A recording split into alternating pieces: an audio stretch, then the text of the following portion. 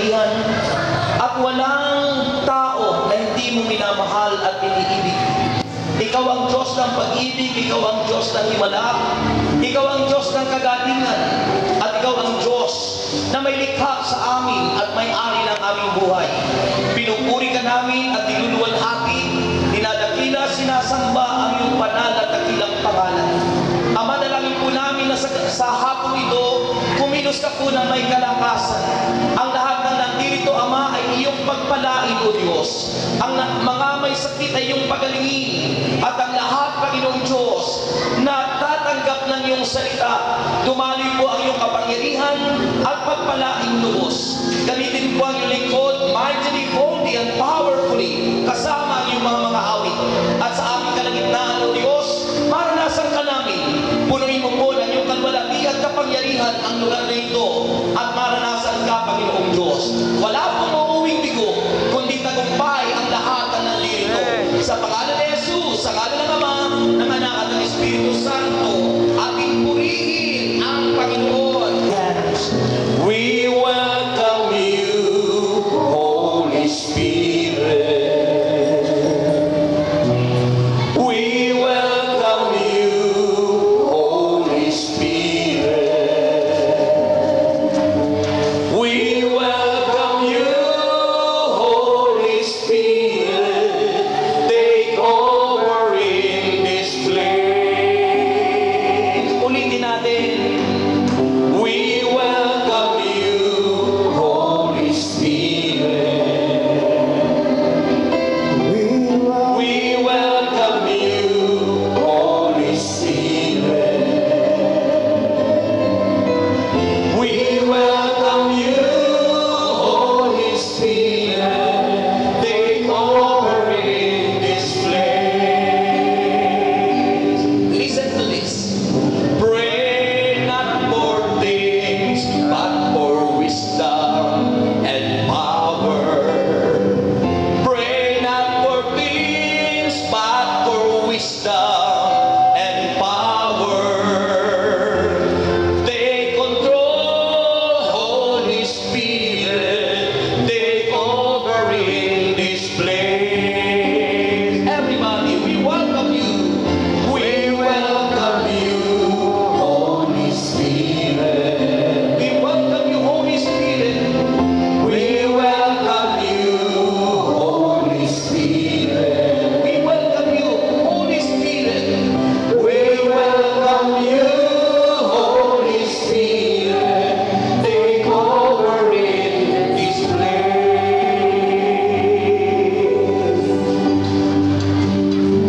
Brothers and sisters, alam ko po na kayo nandito, hindi dahil sa kung anong bagay. Amen ba? Alam ko po na punta kayo dito, hindi dahil sa ginusto nyo. Hindi dahil kayo pumunta dito, dahil nais nyo. Kundi kayo nandito, dahil yan ang ginusto ng Diyos sa buhay natin.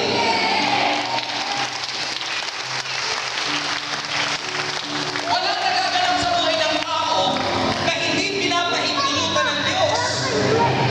Whatever happened in our life, brothers and sisters, it is in the control of our God.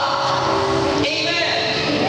Ang lahat ng nagaganap, nangyayari sa buhay ng bawat isa, masama man o mabuti. Ano ang sinasabi ng Bible? Tanging Diyos lang ang nakakaalam. Amen. Kaya tayo naniniwala, lahat ng dumalo ngayon sa ikatatlong anibersaryo ng lugar na ito, uuwing tagumpay. Amen. Uuwing talang at agay ang tiyata ng Diyos. At ang maganda ang pangalan ng Panginoon. Nasa kamay na may pananalig sa Diyos. Bro, Meron ba kayong pananalig sa Diyos? picture kita kasi ulit alam. Kasi hindi naman malakas yung hangin. Diba?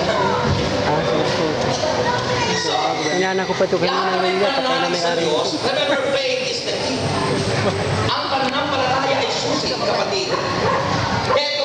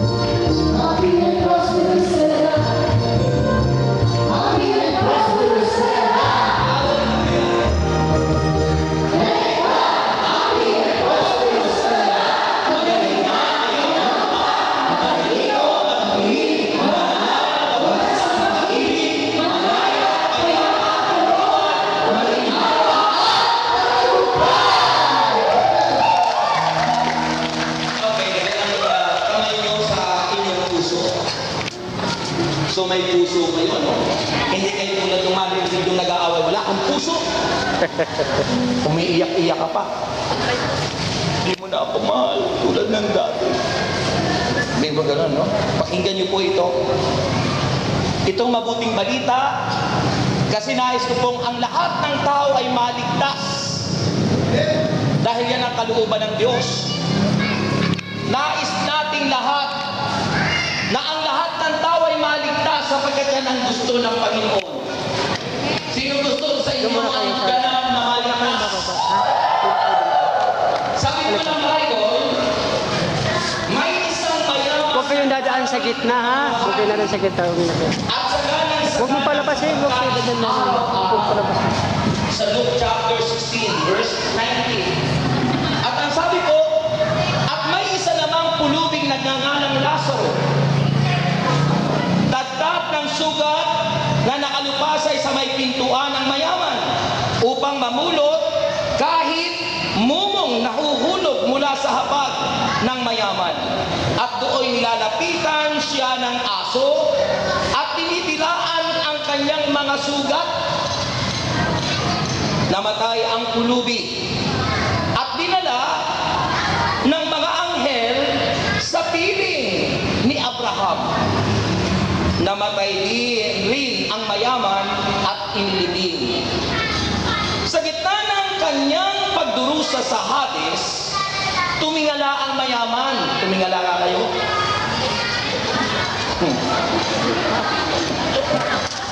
Anong nakita niyo? Paluko ng bubong. Tumingala ang mayaman at kanyang natanaw sa malayo si Abraham. Kapiling si Lazaro. At sumigaw siya. Sumigaw nga kayo. Amang Abraham, mahabag po kayo sa akin. Utusan ninyo si Lazaro na isawsaw sa tubig ang dulo ng kanyang daliri at palamigin ang aking dila sapagkat naghihirap ako sa apoy na ito. Ngunit sinabi sa kanya ni Abraham, anak, alalahanin mong nagpasasa ka sa buhay sa ibabaw ng lupa at si Lazaro'y nagtiis ng kahirapan. Ngunit ngayon inaaliw siya rito samantalang ikaw na may nagdurusa. Higit sa lahat, inilagay sa pagitan natin ang isang malaking bangin upang ang mga narinig ay hindi makaparian at ang mga nariyan ay hindi makaparinig. At sinabi ng mayaman, kung gayon po amang Abraham, ipinamamanhid ko sa inyong papuntahin si Lazaro sa bahay ng aking ama sapagkat ako'y may 5 kapatid na lalaki. Paparunin nga ninyo siya upang mabalaan sila at nang hindi sila humantong sa daking ito ng pagdurusa.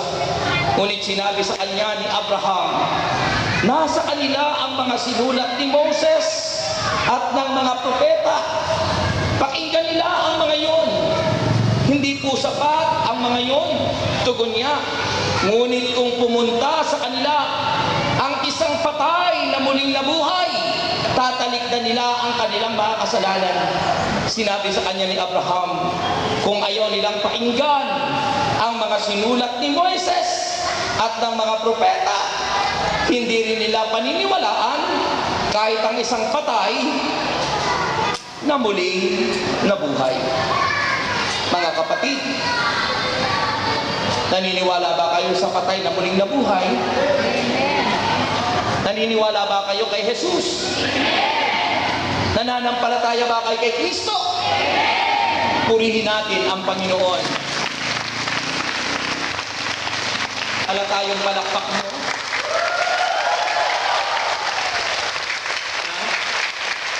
Okay, pwede na po kayong maupo sa napakagandang presensya ng Diyos. Dito po kayo ang tingin sa unahan. Salamat sa pagkat kayo po'y nakarating. Sino po ngayon lang nakadalo sa ministeryo ng El Shaddai? Taas ang kamay. Sabi ng Ono o Entotres sa East, 1 Corinthians chapter 6, verse 9. Mga kapatid, alam niyo bang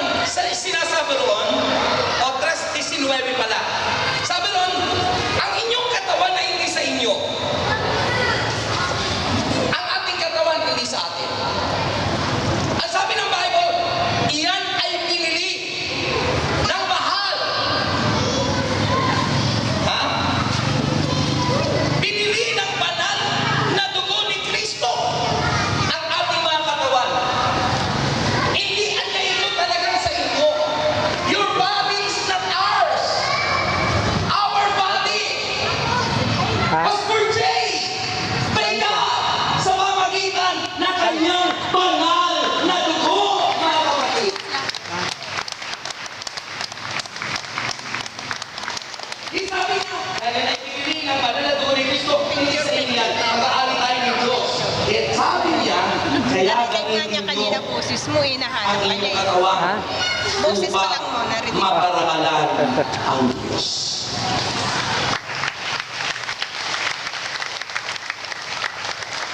Para kayong naglaban na may dalang palo-palo.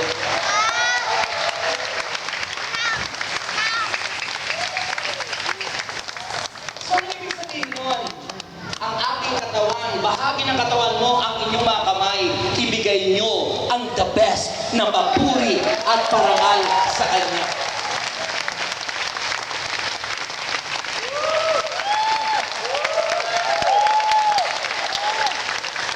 May mga nai-stroke at minsan may mga taong nawala ng kamay. Nung ma-realize niyang mahalaga yung kamay, doon nagpipilit pumalakpak, wala ng sound. Wag nawang sabitin pa natin ang ganon para maisip natin ang kamay natin ay dapat natin gamitin para parangalan ang Diyos. Use that hand to praise our God! Use that hand to praise the Lord!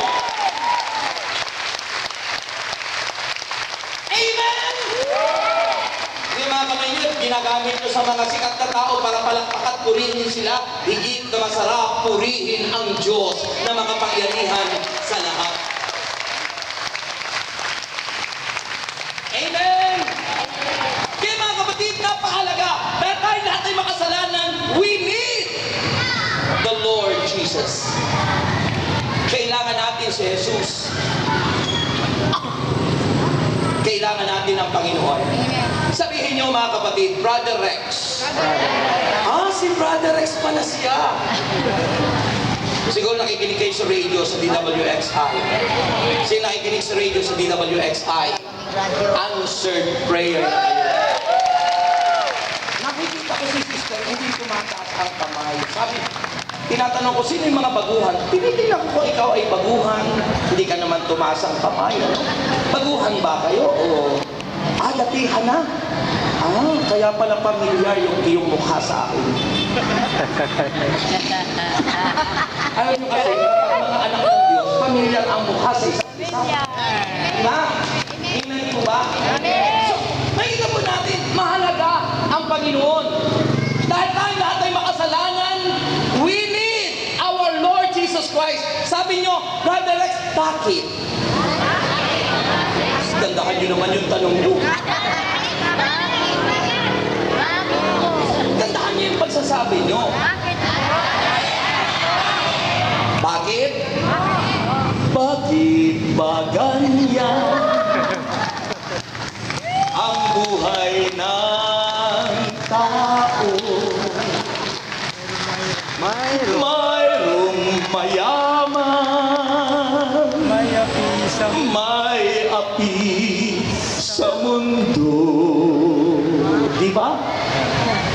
Inaapi si Lazaro ng mayaman. Ang sabi ng gospel, namumulot lang si Lazaro ng mumong malalaglag sa habag ng mayaman.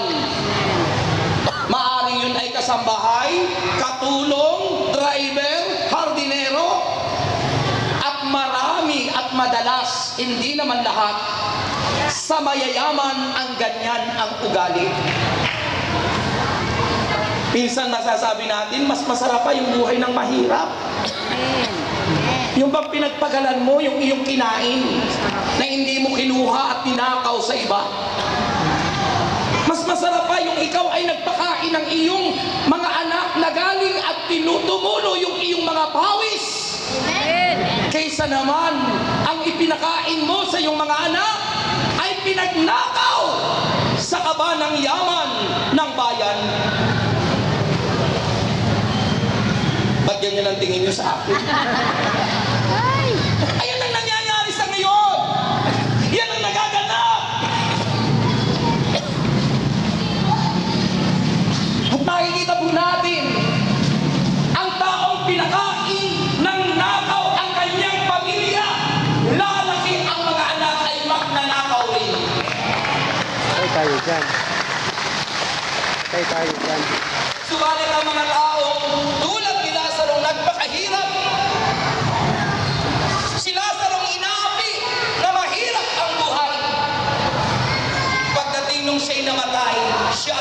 nararanasan ng kaligayahan. Hindi siya naghihirap sa piling ni Amang Abraham.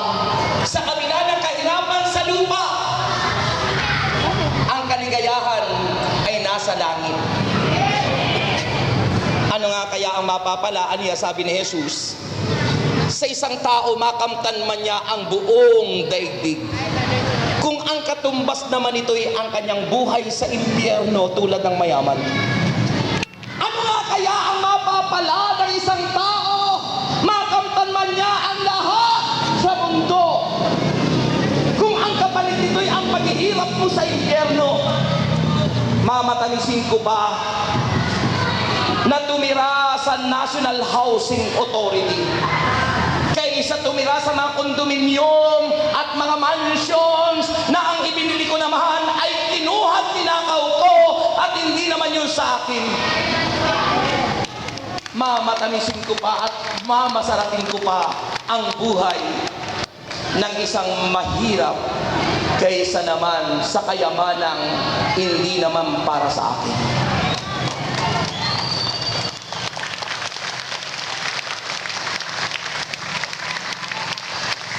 Sabi ni Jesus, nagsa'y nangangaral sa bundok, sa sulat ni Jesus, ayon kay San Mateo sa Beatitude, sabi ng chapter 5 verse 3, Blessed are the poor in spirit, for there's the kingdom of heaven.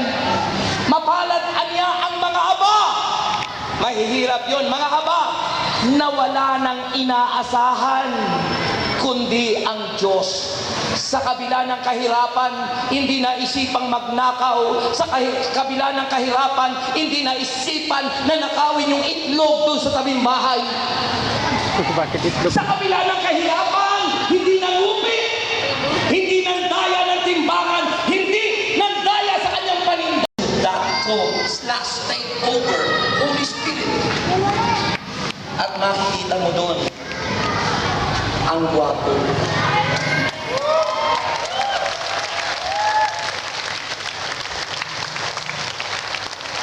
Sino? Kung si Jesus ay nasa inyo, walang pang na anak ng Diyos. Kung sa tingin mo, lagi yung pinag-awayan, lagi yung atingin sa langit, sinasabi mo ang pangit mo, huwag mo sabihin niya. Yung natural na kagandahan, hindi mo na kailangan pumunta kay Pelo. Hindi mo na kailangan pumunta sa kung kanino nag-change na mukha. Dahil ang Panginoon, sinabi ng Bible, kung ikaw ay mananalig kay Kristo, 2 Corinthians chapter 5 verse 17, ang sinumang tao na nakikipag-isa kay Kristo ay nagiging bagong nilalang, nawawala kanyang dating pagkatao, siya'y bago na! At ang napakagandang sinabi ng verse 18, 2 Corinthians chapter 5 verse 18, ang sabi doon, ang Diyos ang gumagawa ng lahat ng ito. Sino gumagawa? Hindi si Belo, hindi ko sinong doktor, hindi ko sino-sinong sikat na mga doktor sa balat na nagbabago ng ilong, na agnas na nung uuminit ang araw na wala, natanggal yung ilong. Hindi tao ang nagbabago sa atin.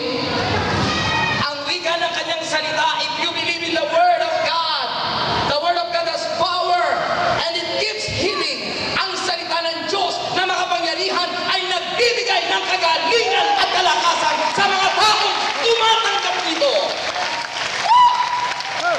Amen! Ay may mga taong hindi gumagaling kasi ayaw tanggapin yung salita ng Diyos. They don't accept the Word of God, pero yung chismis sa umaga, laging tinatanggap. Pagkagising sa umaga, instead na magpuri sa Diyos, ano kaya tumama? Patay tayo dyan. Purihin si Jesus. Purihin naman. Mga kapatid, salita ng Diyos ay napakahalaga. Nagbibigay ng kalakasan, nagbibigay ng buhay. Sabi ng Hebreo chapter 4, verse 12. Napagod din kaya maging cameraman, no? Ano sabi ng Hebreo? Buksan natin, Hebreo chapter 4. Ito ang sabi ng Bible. Pakinggan niyo po. Hebrews chapter 4, verse 12. Sabi na, sapagat ang salita ng Diyos ay buhay. Sabi nyo, buhay. Alay. Ulitin nyo. Ay. Kung gusto nyo madagdagan at umaba ang inyong buhay, tanggapin nyo ang salita ng Diyos, sapagat ang Napagod din salita ako, ng Diyos ay buhay. Kapagod pala yung cameraman. Kasinungalingan ang nagsasabi sa advertisement, Coke adds life. Yung daw Coke, soft drink, nagdadagdag ng buhay. Mali! Nagkakadiabetes ka kapag mahilig ka sa soft drink. Tamo yung ate isang kapatid, ayan, na-diabetes ka sa ospital. Si Brother Rodel, ano? Tsaka si Brother Dami Armenta. Bakit? Hospital Eh, kasi alam mo nang hindi tamang uminom ng mga ganyan, sobrang tamis yan. Ha? Okay lang paminsan-minsan. Pero yung lagi, hindi ka na makakain hanggat walang soft drink. Hindi ka na makakain kung walang ganon. Kapatid, ang pagsingil ng Diyos ay at the end of your life. Kaya sabi ng Bible, tandaan nyo, if you want to have more life, long life, mahabang buhay, sabi ng Bible, kailangan mong tanggapin ang kanyang salita. You need to receive the Word of God because the Word of God has power. Ang salita ng Diyos ay may kapangyarihan. Ibigay ng taba na di kabilay kanin, tumatago sa mga kasukasuan, sa mga buto, sa mga katawan ng tao, sa pinag-iwalay ng kaluluwa at ng espiritu, ng mga kasukasuan at ng utak ng tao, sa buto at nakatataho. Sabihin nyo nakatataho. Ulitin nyo. Ulitin nyo. Narinig ko'y umaga, taho. Taho. Nakatataho. Ano ibig sabihin nun? Nalalaman. That's how powerful the Word of God. Nalalaman niya ang mga iniisip natin. Nalalaman niya kung gaano ang nandun sa puso natin. Nalalaman ang salita ng Diyos kung ano ang laman ng ating puso.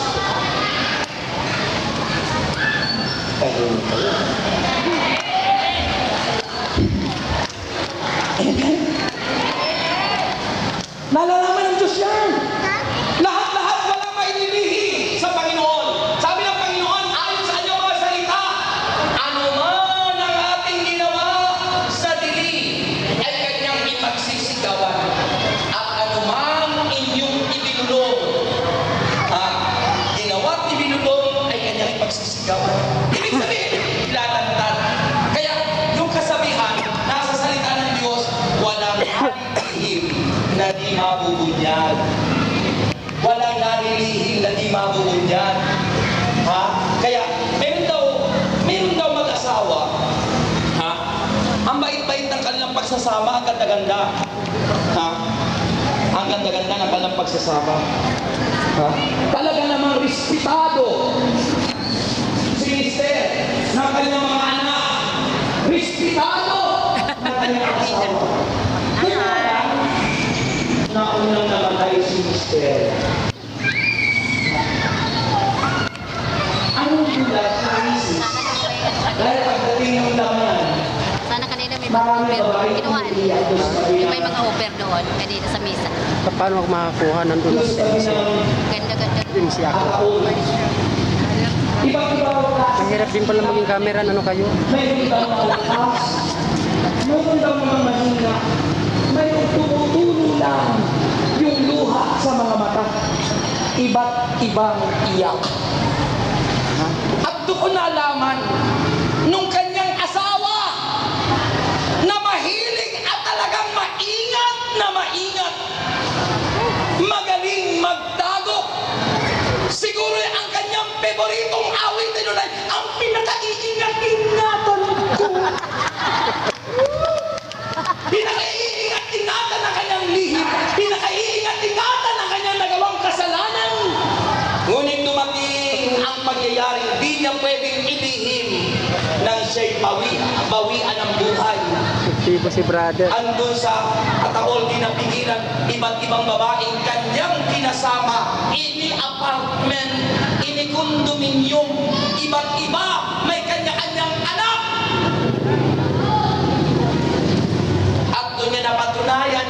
kanyang kinikilalang tunay na asawa ay siya pala'y pangatlo lang. At ang tunay na asawa ay talagang iba. Mga kapatid, walang lihim na di mabubunyag. Ha? Ang inyong asawa ay ganap yung makikilala at the end. At ganun din naman sa bawat isa. At the end of your life, God will reveal the truth. And remember the word of God, sabi ng John 8, verse 31 to 32, and the truth will set you free. Amen. At ang katotohanan niya ang magpapalaya sa inyo. Kaya mga kapatid, sa kabila na magalit itong kanyang itinuring na asawa, sa kabila na mainis dahil niya na ang kahuli-hulihang sandali, kinimkim na lang niya at pinagmasdak, nilapitan ang mga babae at sinabi, nagkasundo sila, tayo'y magkakakilala na ngayon, pagpasensyahan natin, pare-parehas lang tayong mga biktima. Purihin si Jesus.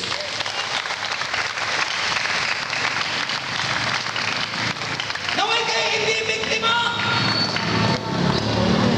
Naway kayo ay mga anak ng Diyos na sa biktima ng demonyo ay nakakilala sa magliligtas sa atin, sa ating Panginoon Jesucristo, na sa Kanya lamang ang katotohanan, sa Kanya lamang ang kaligtasan at walang ibang pangalan na ibinigay sa silong ng langit sa ikaliligtas ng marami. Amen po ba?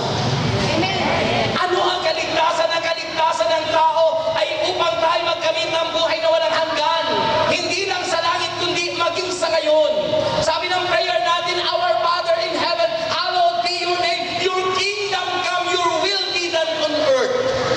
Maganap na sa lupa, hindi lang sa langit. Maganap na rito. Sa buhay pa lang natin ngayon ay dapat maranasan mo na ang langit na pinakakaasam-asam na pangako ni Yahweh El Shaddai. Amen! Mga kapatid, sinasabi ko sa inyo ang katotohanan ngayon. Acts chapter 4 verse 12. Aklat ng mga gawa, kabanata 4, talata 12, na kay Kristo lang ang kaligtasan. Walang ibang pangalang ibinigay sa silong ng langit sa ikaliligtas ng marami. At tandaan niyo po, ang kaligtasan, hindi tayo nakatitiyak kung hindi tayo magpapatuloy sa paggawa ng mabuti. Amen po ba? Kailangan yun. Sinabi po yun sa Ephesians chapter 2 verse 8. Sabi po rito, sulat sa mga taga-Efeso, kabanata 2, talata 8 hanggang sumusunod. Pakinggan niyo po ito, my dear brothers and sisters in Christ. Sabi rito ng Bible, dahil sa kagandahang loob ng Diyos, it is the grace of God. And remember, the grace of God is Jesus Christ. Di ba? Bakit si Kristo ang grasya ng Diyos? Hindi po si Kristo disgrasya. Siya po ay grasya. Ano pang ibig sabihin ng grasya? Biyaya. Bakit po biyaya? Sapagat ang biyaya ay regalo. Amen. Kung kayo pagtatanggap kayo ng regalo, ano gagawin nyo? Tatanggapin nyo, di ba? Alam nga naman tanggihan nyo. Mapwede na lang kung may time bomb yun sa loob. Hindi mo tatanggapin. Pero kung sigurado ka that is a gift of God, yun ay regalo ng Diyos, you need to accept it. Ha? Pag hindi mo tinanggap ang regalo, nagkakasala ka. Bakit? Binibigyan ka na nga, sign of love, pag-ibig. Kaya sabi ng Bible, John chapter 3 verse 16, kayo na lamang ang pag-ibig ng Diyos sa sanlibutan, ibinigay niya ang kanyang kaisa isang anak na si Kristo Jesus upang ang sino mang sumampalataya sa Kanya, ang sumampalataya kay Jesus, ang sumampalataya sa Kanya, sabi ng Bible, ay hindi mapahamak. Maraming taong napapahamak dahil ayaw sumampalataya kay Jesus. Ang sino mang sumampalataya sa Kanya, sabi ron, ay hindi mapapahamak. Ano kapahamak mayaman. Nasa impyerno siya. Mapalad pa nga si Napoles dahil nakakulong lang. May pag-asa pa siya kung siya'y magsisisi at tatalikdan ng kasalanan. Lahat ang nagkasala, kung siya'y magsisisi, magbabalik loob, ay may pag-asa. Si Jesus ang pag-asa. Amen! Mga kapatid kay Kristo, lalo na sa mga baguhan, may pag-asa tayong lahat. Kayo mga nasa inyong tahanan, kayo nakakarinig ng broadcast, kayo nakakarinig sa channel of blessing, may pag-asa ang lahat ng tao, provided that we need to accept that we are sinners, na tayo tumanggap na tayo makasalanan at aminin. Sabihin nyo sa iyong katabi, aminin. Ulitin nyo. Ulitin nyo. Aminin natin ang kasalanan. Huwag natin pilitin. Magiging biktima ka.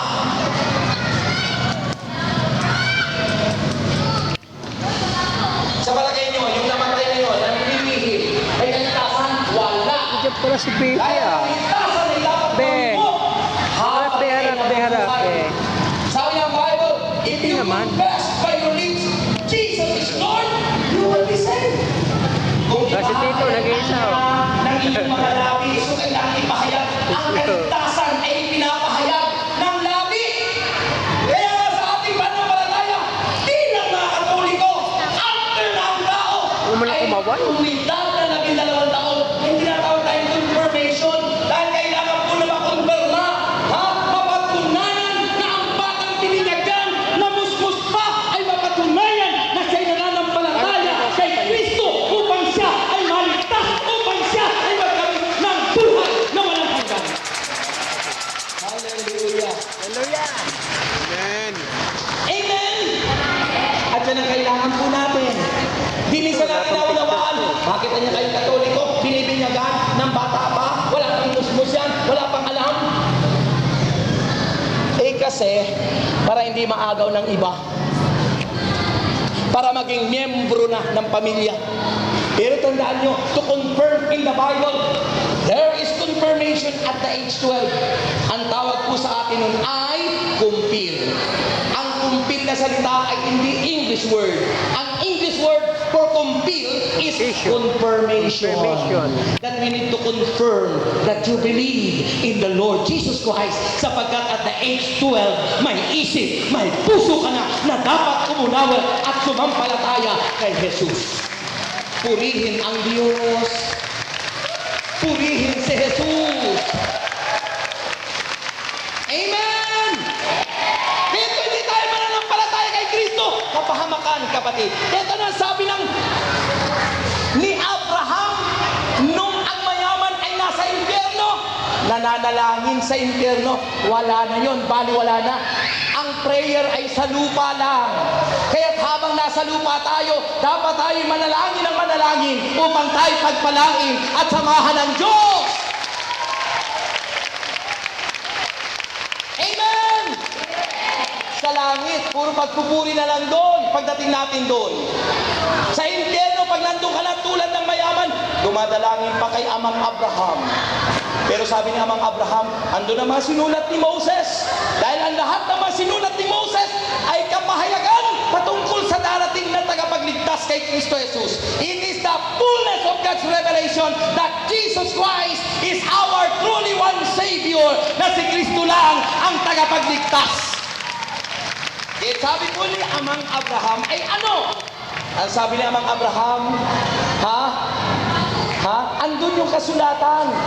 Andun naman sinulat ni Moses. Andun ang sinulat ng mga propeta. Kailangan sampalatayanan nila yon. Ang sabi naman ng mayaman, Amang Abraham, lalo silang maniniwala kung ang isang patay ay magbabalik, mabubuhay at babalik. Si Kristo na yun, tinutukoy sa sinulat ni Moses. Kaya ang mahalaga ay sumampalataya ka sa salita ng Diyos sa Old Testament at sa New Testament. At pag sumampalataya ka doon, sampalatayanan mo tanggapin ang reality, ang tunay na tagapagligtas. Si Kristo lang ang tagapagligtas at siya lang ang makapagbibigay ng kaligtasan sa lahat ng tao. Amen! Kaya ang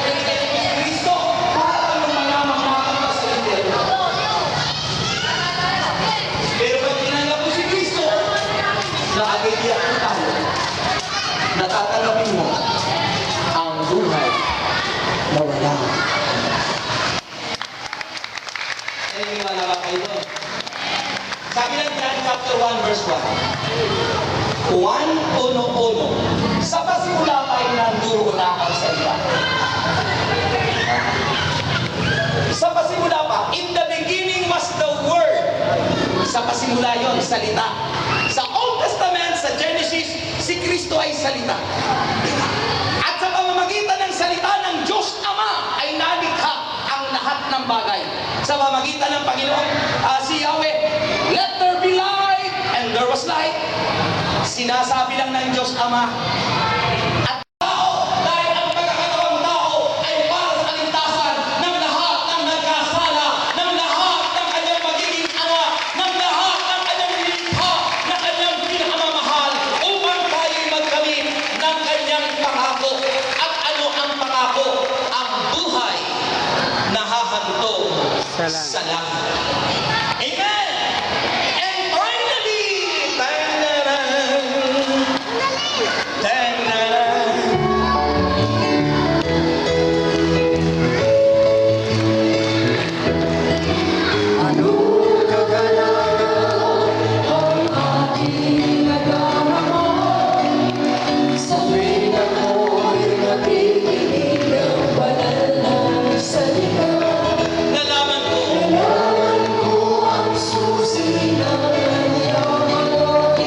sa gabay. Everybody.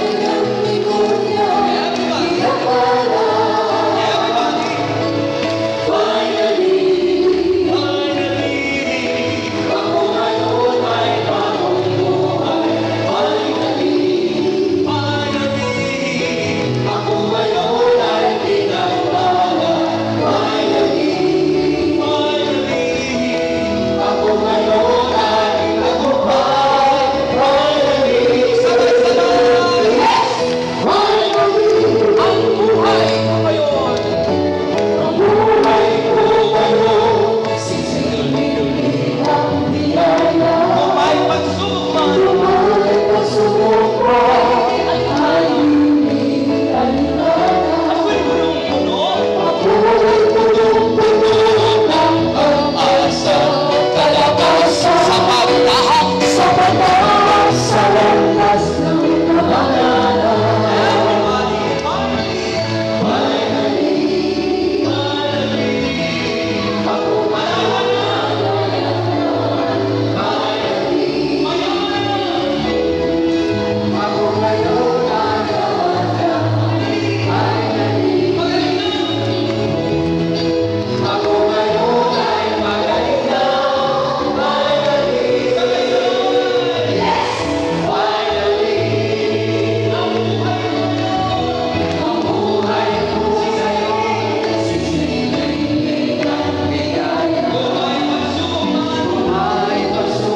man,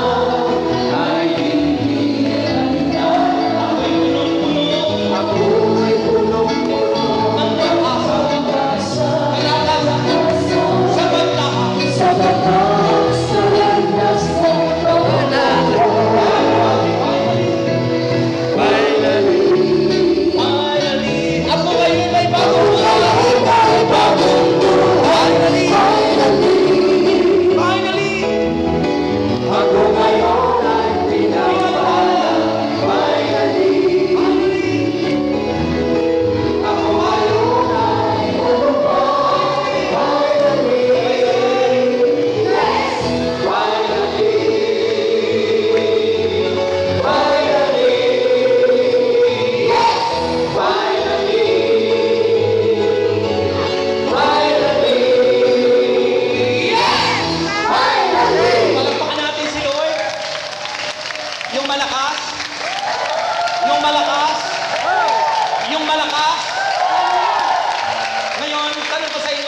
Gusto niyo bang maligtas? So, ibig sabihin, hindi pa kayo ligtas. Gusto niyo maligtas ng final salvation? Remember, the final salvation is it at the end of your life. Are you sure that you are going to heaven? Nakatitiyak ka ba na ikaw ay sa langit ang destinasyon? Kung may lihim ka, you are victim. Continue to work in the Biktima ka rin sa taas. to serve Him. At kung nabiktima mo, biktima rin. Takpaw. Kaya kailangan walang lihim. Kailangan lang Brother sa Panginoon ang lahat. Wala Pinana ko lang kang yun. itatago. Pinamana ko. Wala kang inilihim sa Diyos. So, if you want to be saved, kung nais mo ikaw ay maligtas in your final destination in heaven, you need to be exposed to God. Kailangan lantad ka sa Diyos. Walang tinatago, walang nililihim. Kahit ka mag-makeup, magpupuryo at mag-lipstick, kung may nililihim ka, baliwala lahat yan. Mga kapatid, dekorasyon lang yan ang itsura ng mukha. Pero ang mahirap, na abang-aba, di mo na siguro may picture ang mukha ng nagdulubig si Lazaro. Sabi ng tatad siya ng sugat, dinidilaan ng aso, buti pa yung aso maalalahanin. Yung tao walang pag-aalala. Ha? Dinidilaan. So nagiging hawakan si Lazaro habang dinidilaan ng aso yung kanyang mga sugat. Samantalang yung mayaman, panay na panay ang gawa na masama. Mga kapatid, kung gusto mo ng kaligtasan ka na, kailangan mo si Jesus. And remember, accepting to Christ, yung pagtanggap natin kay Kristo, it is faith, pagsampalataya. Sumasampalataya ba kayo kay Jesus? Sino ang sumasampalataya kay Jesus? Ang pagsampalataya ay composed of believing, paniniwala, pagtitiwala, at pag-asa. Wala kang aasahan kundi ang Panginoon. Amen.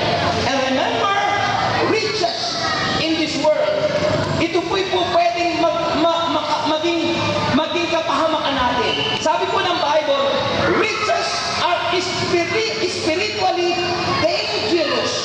Mapanganib. Bakit po? Iyon na naging dahilan ng pagtungo ng mayaman sa impyerno. Bakit? Hindi alam paano gagamitin ang yaman. Yung mga anak ng Diyos, pag pinayaman kayo ng Panginoon, alam mo kung paano imamanage yun. Ang mga taong pinayaman ni Lord, natututong mag-share, natututong magbahagi. At alam naman natin ang principles of God. Whatever you give, it will bring back to you siksik, liglig, at umaapaw, ibabalik sa iyo ng Panginoon. Ay, yung mayaman, hindi natutong magbigay. Hindi pinapakain si Lazaro. So mga kapatid, kayo'y pinayaman ng Panginoon. At ang inyong kayaman ay ibahagi niyo sa inyong kapwa. Kung hindi man kayo mayaman sa pera at mayaman kayo sa kagandahang ugali, ibahagi niyo, maglingkod kayo sa Diyos. Pangalawa, sabi ng Bible, love of riches, remember, it is the root of many evil. Nagiging ugat ng kasamaan ang pag-ibig sa salapi. Pag inibig nila yung pera kaysa Diyos, abay, kapahamakan na yun. Alam niyo, yung taong hindi umiibig sa Diyos, ang gusto niya ay awayan ang lahat ng tao. Yung hindi umiibig sa Diyos, pati asawa niya hindi niya maibig-ibig. Ay, ang utos ng Panginoon, magiging kaaway, mahalin natin. Di ba? At ang panghuli, napakahalaga po mga kapatid. Kung ang kayamanan ay nagiging ugat at ang kayamanan nagiging dahilan patungo sa impyerno, matuto tayo na i-manage ang kayamanan bigay sa atin ng Diyos sa tumpak at tamang pagmamanage. Amen po ba? Ano ang tumpak na pagmamanage? Ito po, pakinggan niyo po ako. Ang tumpak na pagmamanage, kung ikaw ay pinagpala, ano ang unang-unang bibigyan mo ng biyaya mo niyan? Diyos. So kailangan idudukot mo ang 10% doon para pagpalain ka. Bakit? Kung tayo ay nagbabayad ng tax sa gobyerno, gaano na kaya sa Diyos? So, give your tithes to God. Yung 10% mo, gaano pa kaya yun? Minsan nga, ang bala natin sa cellphone, ang mahal-mahal. Minsan nga, yung cellphone natin, mas mahal pa. Eh, gaano pa kaya yun sa Diyos? Pag kayo nagbigay sa Diyos, ano sabi ng Luke 6:38, ibabalik sa atin yun. Maraming pagpapala, ulitin ko, siksik, liglig, at umaapaw. Amen. Amen. Amen. At ano pa? Pangalawa, you must save or invest 20%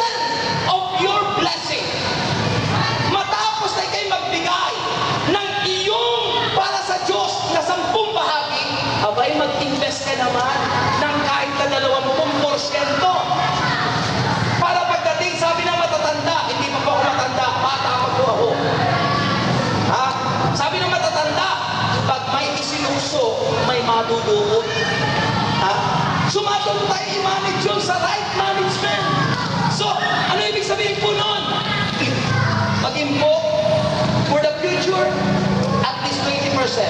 And then, the third, sabi po roon, sa right management of blessing, your 70% na remaining, yun lamang ang iyong gagastusin para sa iyong pangangailangan sa buhay.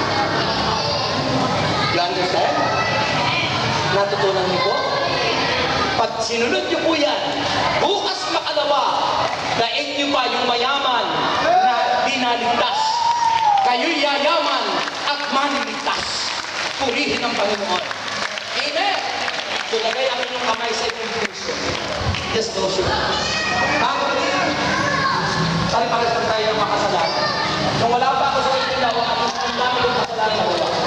Sumayad kayo dito ng Panginoon. Sapagat sa lahat ng ginawa ng Panginoon, nalaman ko ang katotohanan, ang salita ng Diyos, na ito ang nagpalaya sa akin sa lahat ng sakit. Dati may sakit ko sa puso, dati ako may ulcer, dati po ako ay may hepatitis, dati po ang dami kong sakit, pero po pinalaya ng Panginoon. Bakit? God is powerful, and in Him, nothing is impossible. Wala pong imposible sa Diyos. Kung mananalig ka sa sampalataya sa Kanya, hindi lang kayamanan sa langit, dito pa lang sa lupa ipaparanas mo. Kaya sabihin ng Panginoon Jesus, patawarin mo ako sa lahat ng nagawa kong kasalanan mula sa aking pagkabata hanggang sa kasalukuyan. Assist na lang kayo. Panginoon Jesucristo, Healing. hirap na po Assist na lang ako sa healing. sa nagaganap sa buhay ko, sa daming pagsubok na dumarating. At ngayon ko lang naunawaan na nais mo po pala akong tawagin upang ako'y maligtas. Panginoong Jesus, binubuksan ko po ang aking puso at tinatanggap kita sa aking buhay bilang aking Panginoon, aking tagapagligtas. Mula ngayon, sasambahin, pupurihin kita sa buhay ko at mula ngayon, paglilingkuran ng buong puso. Panginoong Jesus, iniaalay ko ang buhay na ito at sinasabi ko ngayon, Panginoong Jesus, sa'yo ang buhay ko. Hallelujah. Raise up your hands. Surrender your life. Hallelujah. Ito ay alay ko sa'yo. Ano man ang nais mo, Lord?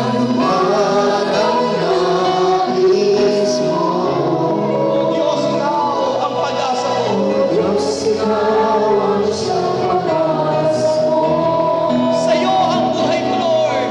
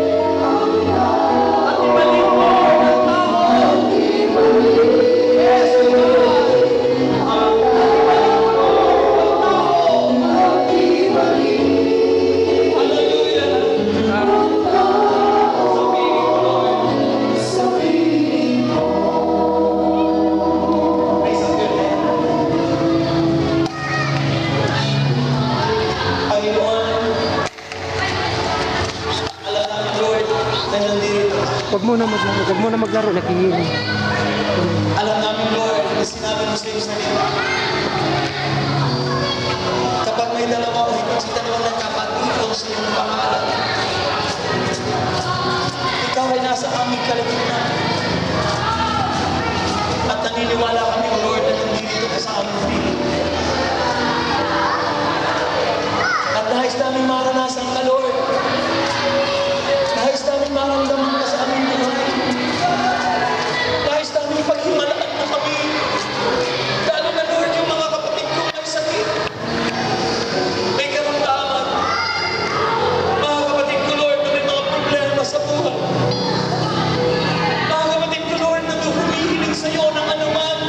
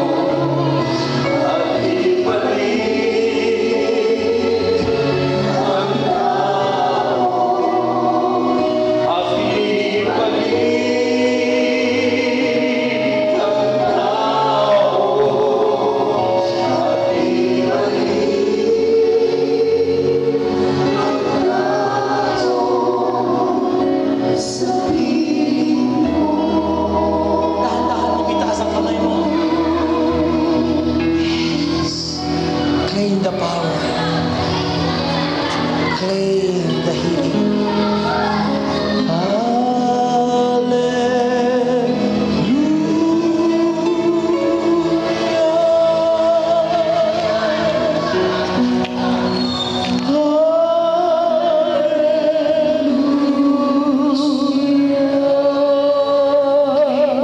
Paano ng konti?